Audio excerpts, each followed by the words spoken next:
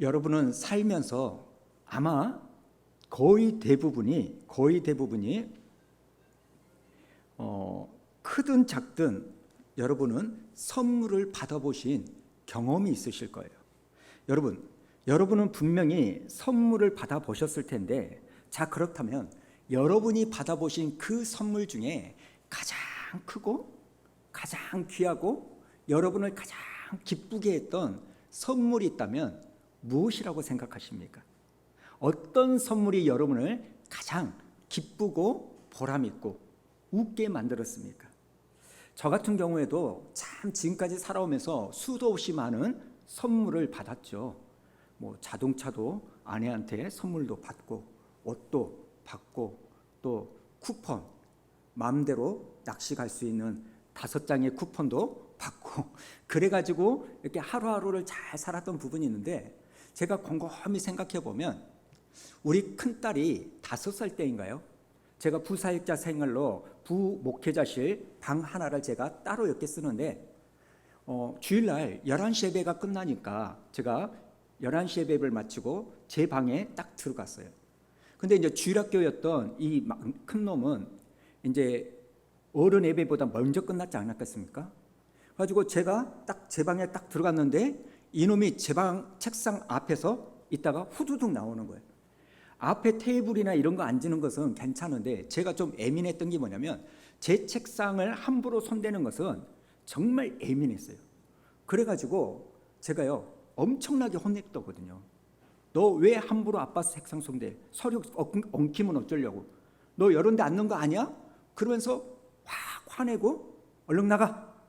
결국은 그렇게 하고 내보냈는데, 그리고 나서 돌아서 내 책상에 딱 왔더니, 제가 오늘 사진을 찾아보려고 해도 지금 시간이 없어서 못 찾았는데, 귤 하나, 요만한 포스트잇에 아빠 오늘 예배 인도하느라고 너무 고생했어요. 이거 먹고 목 뭐 이렇게 마르지 마세요. 뭐 이런 식으로 딱 한 거예요. 포스트잇에다가 한 2-3줄밖에 안 돼요. 제가 이걸 딱 보면서 졌다, 실수다, 그런 생각도 들지만 너무나 이쁘고 고마운 거예요. 그 아이가 준 그 낑깡 같은 그 귤을 제가 어떻게 먹습니까? 결국 1달 동안 놔뒀다가 썩혀가지고 버릴 수밖에 없었고, 대신 그 포스트잇은요 제 지갑에 항상 접어가지고요 제가 가지고 다닌 이런 경우들이 있습니다. 그런데 항상 이렇게 기쁨을 누리면 덧나는 게 있죠. 이런 한 번의 기쁨으로 문제는 뭡니까? 그 나머지의 삶의 모습은 우리 큰 놈을 다 책임져 줘야 되고 뒷바라지 해야 되는 거예요. 가만히 생각해 보면 우리가 아이가 태어나서 이쁘고 기쁘고 아이 때문에 웃는 것은 한 3살 때인 것 같아요. 좀 길면 5살 때까지는 그놈의 모습을 보고 웃고 기쁘고 즐거워요. 근데 가만히 생각해 보면 그 5살이 지나고 나서부터는 5년 동안 내가 기뻐하고 즐거워했던 대가로 한 20년을 수발 들어줘야 되는 거 아닙니까?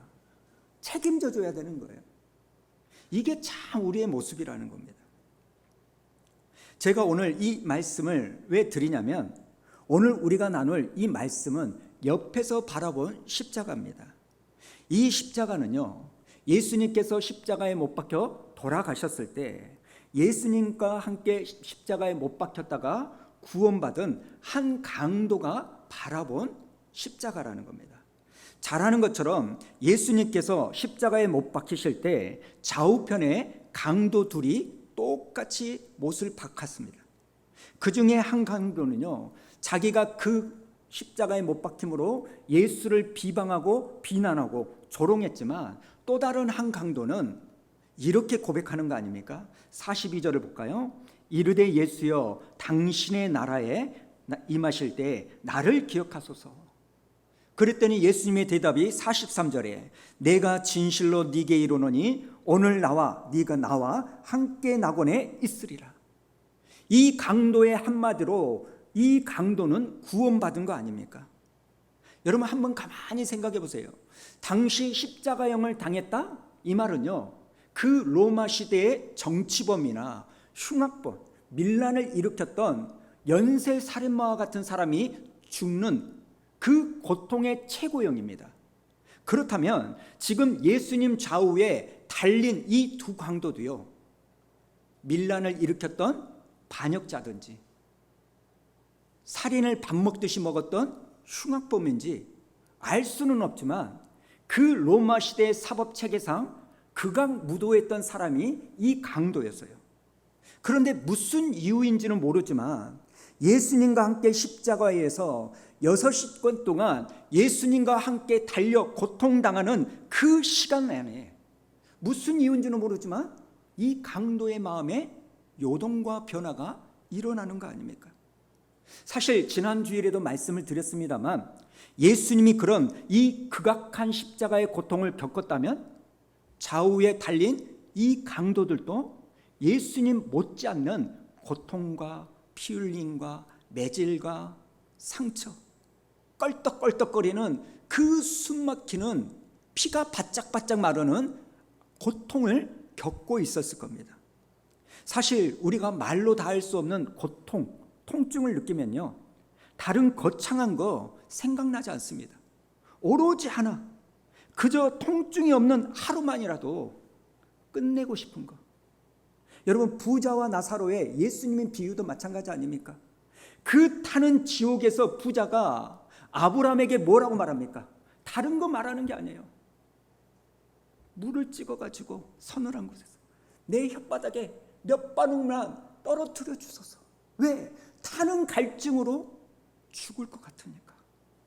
그런데 우편에 있는 이 강도는요, 그런 극심한 고통을 느끼면서도 예수님께 나를 기억해달라, 이걸 간청했다는 겁니다.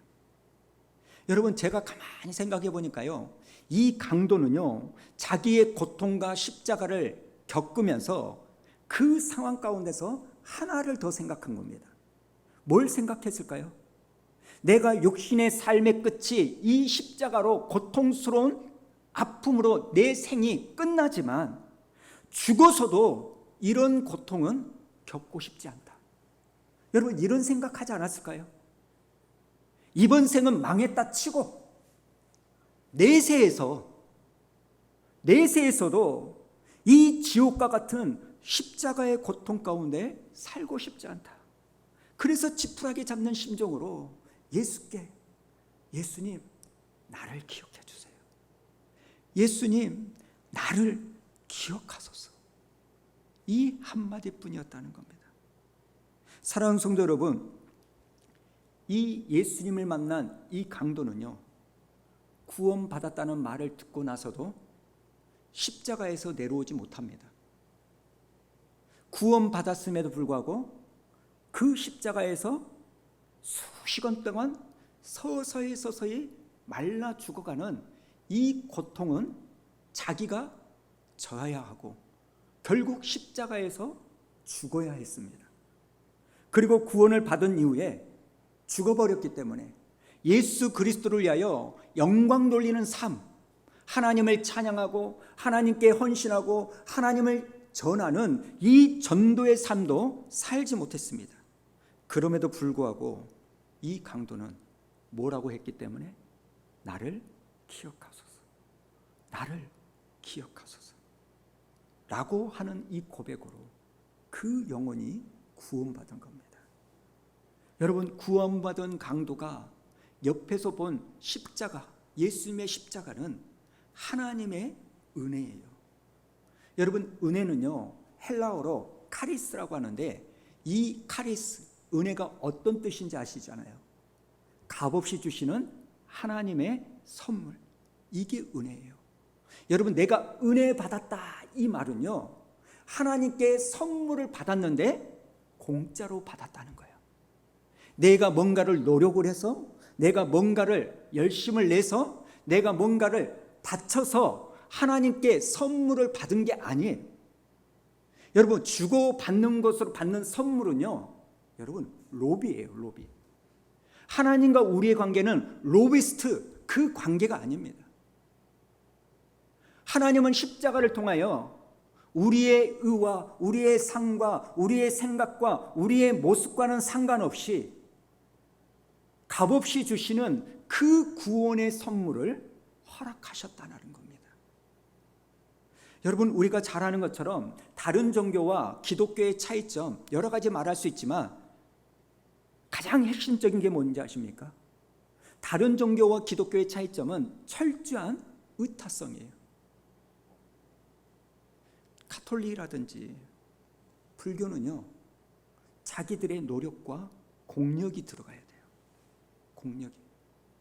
자기들의 공력으로 죽은 가족들이 나아진 삶을 살게 만드는 거예요. 그러나 그렇지 않습니다. 기독교는 철저하게 우리의 의, 우리의 공의, 우리의 행동과는 상관없이 하나님이 전적으로 베풀어 주시는 선물을 받기만 하면 된다는 겁니다.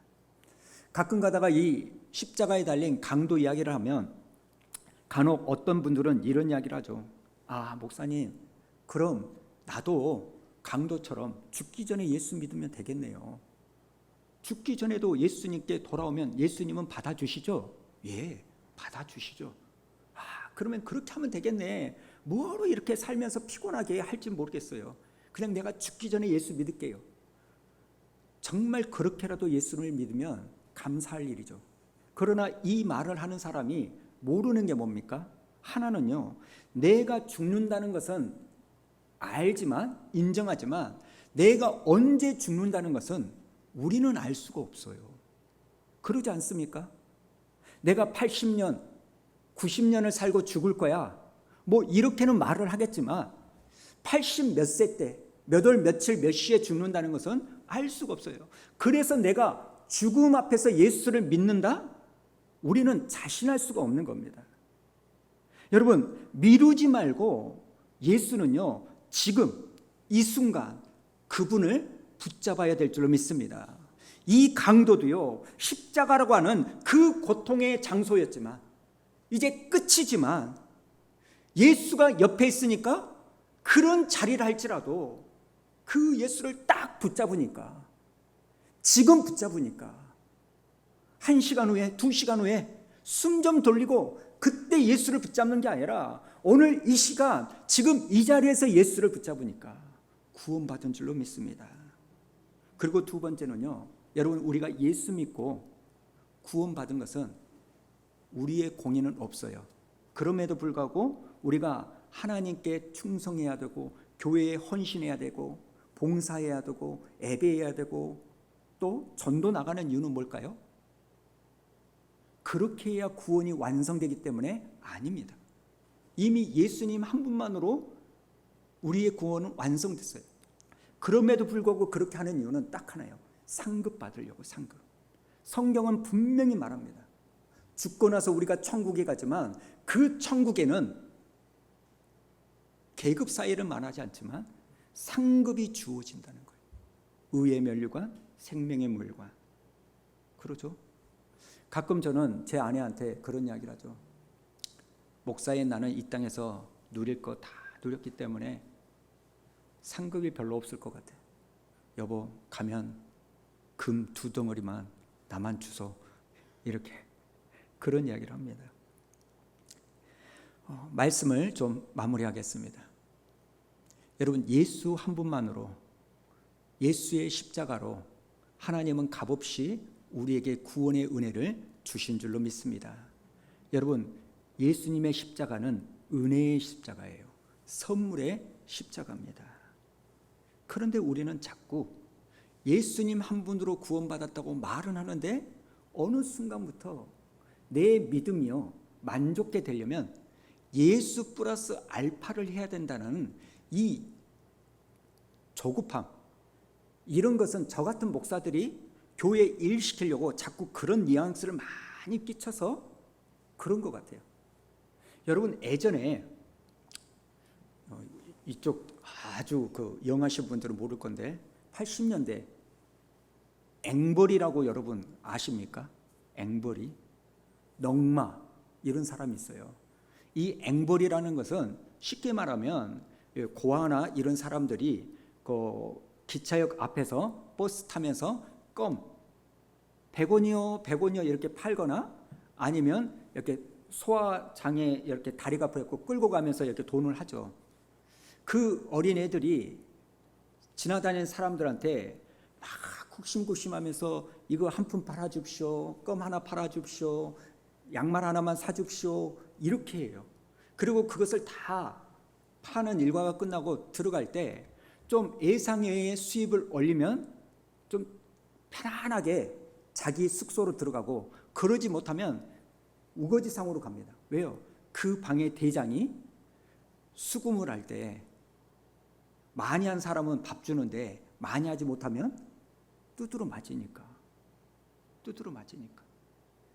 제가 왜 이런 이야기를 하냐면, 우리의 신앙이 자꾸 하나님을 대할 때 앵벌이하는 신앙처럼, 내가 여기서 뭔가를 잘해야지, 여기서 뭔가를 잘해야지 하나님께 이쁨을 받을 것 같아, 내가 뭔가를 잘해야 하나님이 기뻐하실 것 같아. 아니요, 하나님은 여러분이 예수를 믿는 순간부터 눈에 넣어도 아프지 않을 당신의 자녀로 보고 계신 줄로 믿습니다. 우리가 그렇게 하는 것은 그냥 하나님의 은혜에 감사해서 하는 거지, 그걸 하지 않으면 하나님 앞에 버림받을까 봐, 내가 하나님의 자녀로 입양이 됐는데 파양당할까 봐, 그런 게 아니라는 겁니다. 여러분, 우리의 신앙생활을요, 직원과 자녀의 신분을 명확하게 해야 합니다. 직원은요, 사장을 두려워해요. 어려워해요. 왜요? 자기의 월급줄, 고가, 보너스, 자기의 근무 성적에 따라 매기니까. 그러나 자녀는요, 사장을 두려워하지 않아요. 왜요? 아빠니까. 하나님은 여러분을 자녀로 부르신 줄로 믿습니다. 하나님은 여러분을 앵벌이 신앙해가지고 뭔가 세상에서 긁어가지고 온 거, 이거 바치는 거, 이걸 기뻐하지 않으십니다. 그저 은혜 주신 거에 대한 감사함으로 여러분이 기쁨으로 하신다면 하나님은 그것을 최고의 선물로 받으신 줄로 믿습니다.